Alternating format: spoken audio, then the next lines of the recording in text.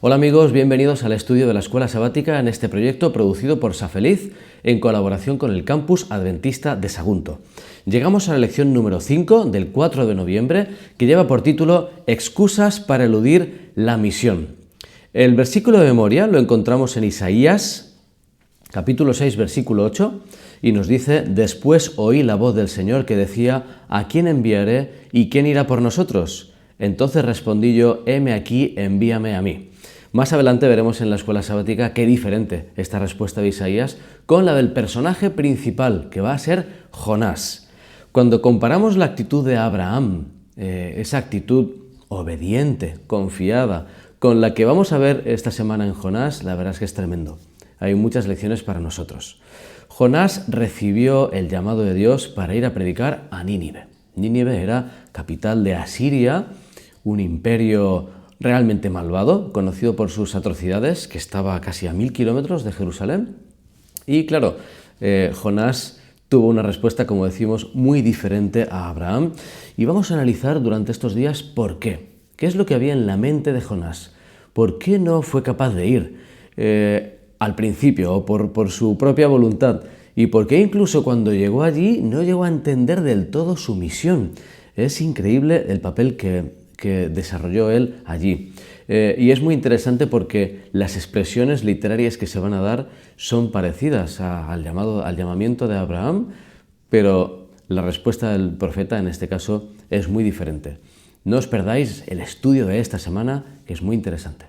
Hola amigos, continuamos con el estudio de la escuela sabática. En este caso, el domingo nos habla de la primera posible excusa ante la misión que el Señor nos pueda encomendar, y es el miedo. Es probablemente lo que apareció en la vida de Jonás.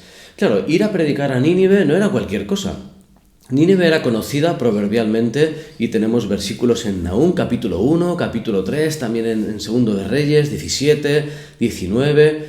Se describe como enemiga del pueblo de Dios, se describe como ciudad sanguinaria, llena de mentira, de rapiña.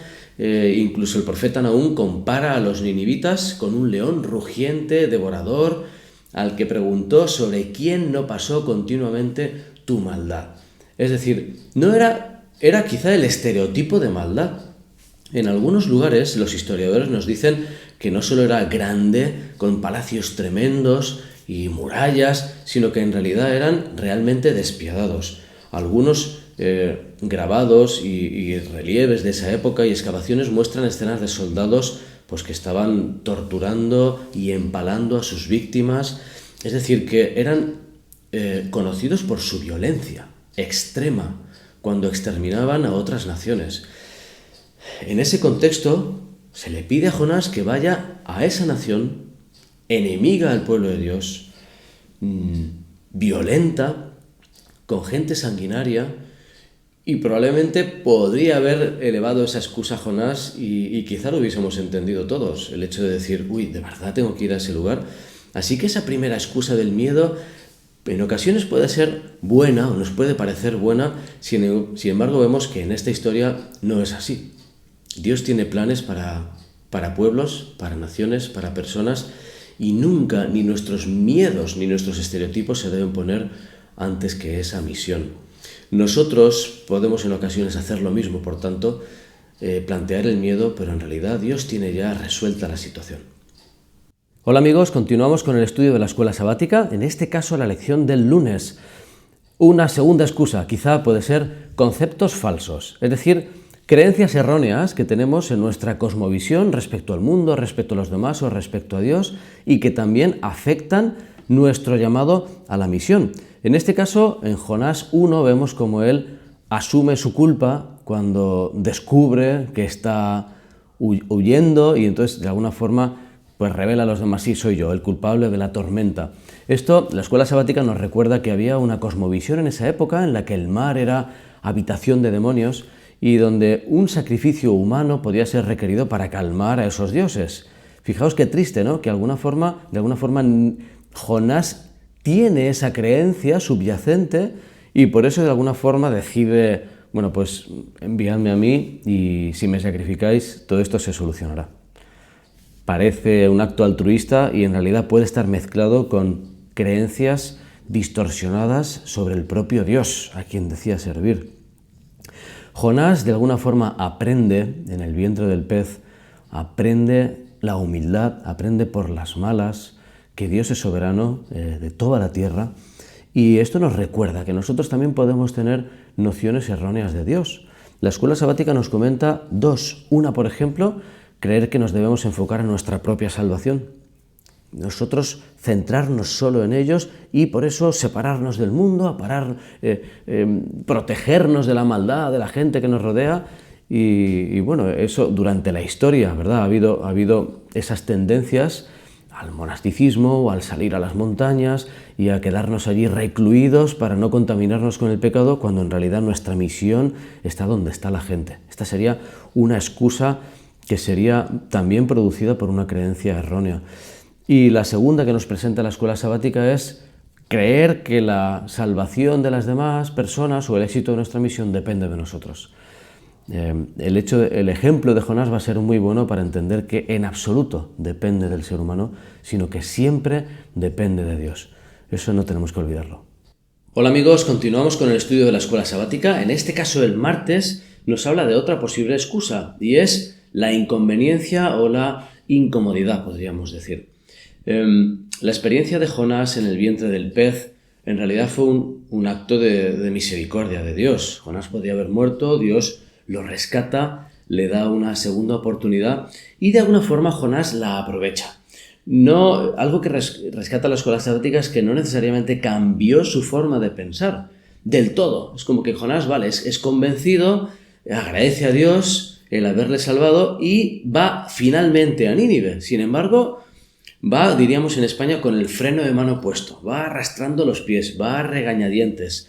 Y a pesar de su actitud, Dios es glorificado porque la respuesta de la ciudad es tremenda. Todo el mundo se arrepiente y eso sorprende al mismísimo Jonás. A veces albergamos prejuicios que nos impiden realizar la misión, y lo interesante de esta escuela sabática, de esta lección, es que a pesar de nuestra actitud, el Señor se abre camino. A pesar nuestro, el Señor se abre camino, a pesar de que nuestra actitud no sea la correcta. La misión también requiere esfuerzo, requiere tiempo, requiere energía, requiere dedicación. En ocasiones, dedicarnos a una persona puede vaciarnos emocionalmente incluso, y sin embargo es parte de la misión a la que somos llamados. Y también puede requerir sacrificios personales, económicos, monetarios, inversión de recursos. Todo eso forma parte del plan de Dios para compartir el Evangelio hasta lo último de la tierra. La nota discordante es que, a pesar de que el éxito de la misión aquí lo vemos en directo, Jonás no se alegró. No se alegró y también nos deja una lección para nosotros. Tiene que ver con nuestra falta de comprensión del plan de Dios. Hola amigos, continuamos con nuestro estudio de la escuela sabática. En este caso, la lección del miércoles nos habla de otra excusa, las confrontaciones incómodas. Nos cuesta cambiar de opinión. Es muy curiosa la oración que aparece en Jonás capítulo 4, versículo 2. Oró a Jehová y dijo: ahora, oh Jehová, ¿no es esto lo que yo decía estando aún en mi tierra? Por eso me apresuré a huir a Tarsis, porque sabía yo que tú eres Dios clemente y piadoso, tardo en enojarte y de grande misericordia, y que te arrepientes del mal. Es paradójico que Jonás sepa que Dios es grande en misericordia, que te arrepientes del mal, y que eso sea precisamente lo que le molesta de Dios. Esta historia no deja de sorprendernos, ¿verdad? La actitud del profeta y cómo le costó tantísimo finalmente entrar en el rol que le había pedido Dios para salvar. Jonás tenía un odio tan profundo por el pueblo al que Dios le había pedido salvar, que prefiere morirse antes que aceptar que Dios los va a salvar. Es lo opuesto a lo que se espera de nosotros. En este caso podemos aprender por oposición, ¿verdad? Es justamente lo contrario a lo que tenemos que hacer. El Señor tiene que confrontarlo para cambiar su cosmovisión con una experiencia y también una lección para nosotros.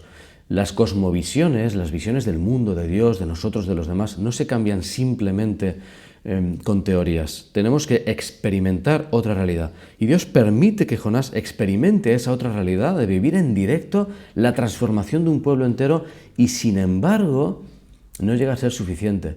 El Señor hace una milla extra con esta metáfora viva de la planta que Jonás se alegra porque surja, pero no es capaz de conectarlo con la historia, y Dios dice, pero ¿será posible que te alegres por una planta y te entristezcas por una planta y no por tantísima gente?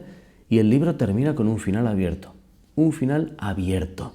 Es como que se nos deja a nosotros la posibilidad de elegir qué actitud vamos a tener en la vida. ¿La misma de Jonás?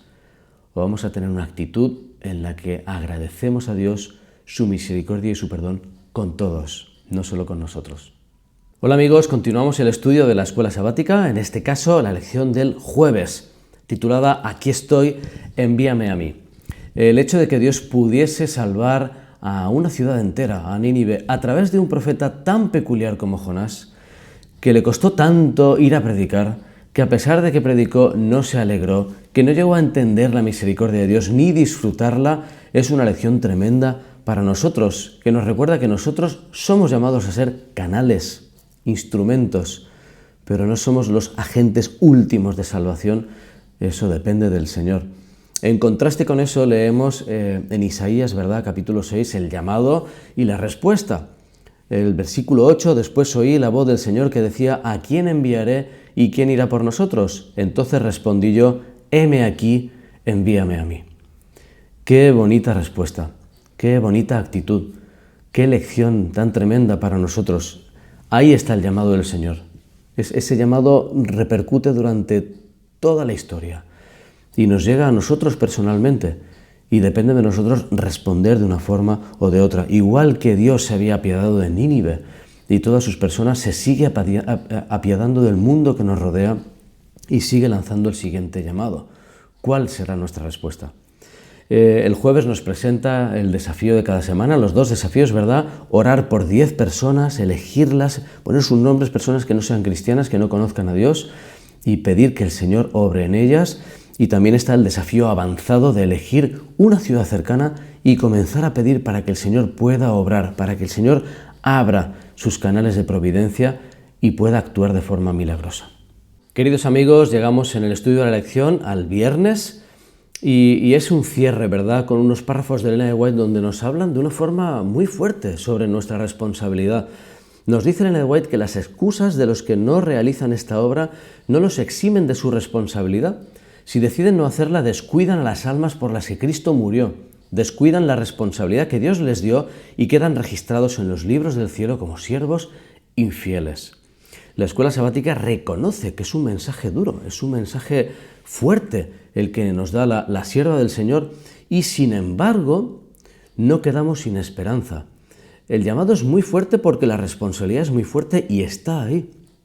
Sin embargo, vemos en la actitud de Jonás que Dios no lo abandonó cuando vez tras vez le costó cumplir su misión. De alguna forma se abre un rayo de esperanza en nuestras vidas, que a veces están llenas de excusas, llenas de frenos de mano, de impedimentos, y de alguna forma, a pesar de eso, el Señor sigue llamándonos para que a su vez nosotros seamos instrumentos de bendición.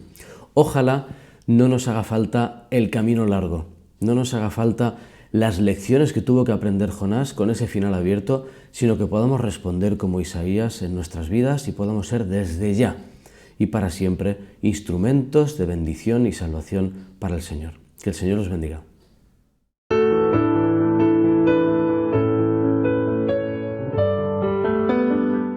Gracias por ser parte de este contenido de Sé Feliz. Seguro que has extraído una enseñanza valiosa para tu vida hoy. Contamos con muchos otros contenidos que sin duda contribuirán a tu bienestar emocional, físico y espiritual. Síguenos en nuestras redes sociales para enterarte no solo de esto, sino también de las promociones que Sé Feliz ofrece. En Instagram, Facebook o YouTube, busca Sé Feliz Español y mantente al tanto de todo lo positivo que Sé Feliz puede aportar a tu vida. Hasta el próximo video.